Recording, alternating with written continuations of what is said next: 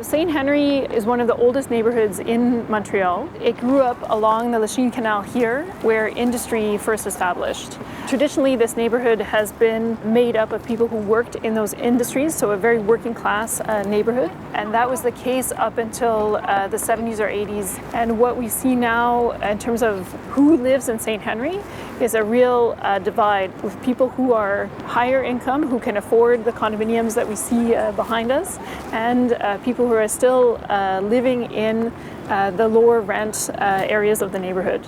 So all of that coexists in the neighborhood, but what we found is that those rents have doubled or even tripled. The kind of pressure that puts on the population that does live with lower income in the neighborhood has been incredible, and we've just seen people being pushed out of the neighborhood. We're talking low-income people, and as much as 30 or 40% of the population that would have been here 8 years ago.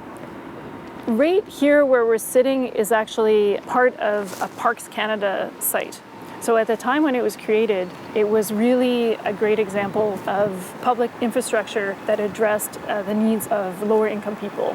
What we can learn from this experience now is that because the land that bordered onto this park wasn't protected from real estate speculation, is that now who uses the park and who has the best access to the park or the most access to the park are people who live in these luxury condos that was built up around it.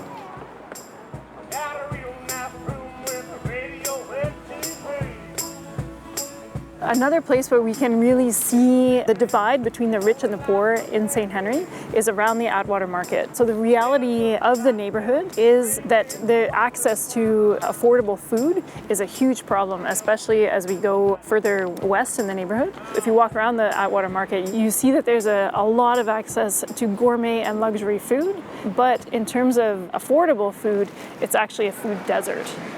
So a strategy that we developed and put in place in the neighborhood to address inequality, so that very, very unequal access to food in the neighborhood, was to start our own community markets. What we've done in the past year and a half since the pandemic was actually make that project into a community food hub.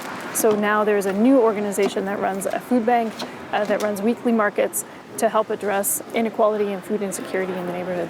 Because that's the real heart of the story. Montreal is becoming a city where there are very rich people living right beside very poor people, and we need to address that. And right now, none of the political parties are talking about that need to address inequality in our city.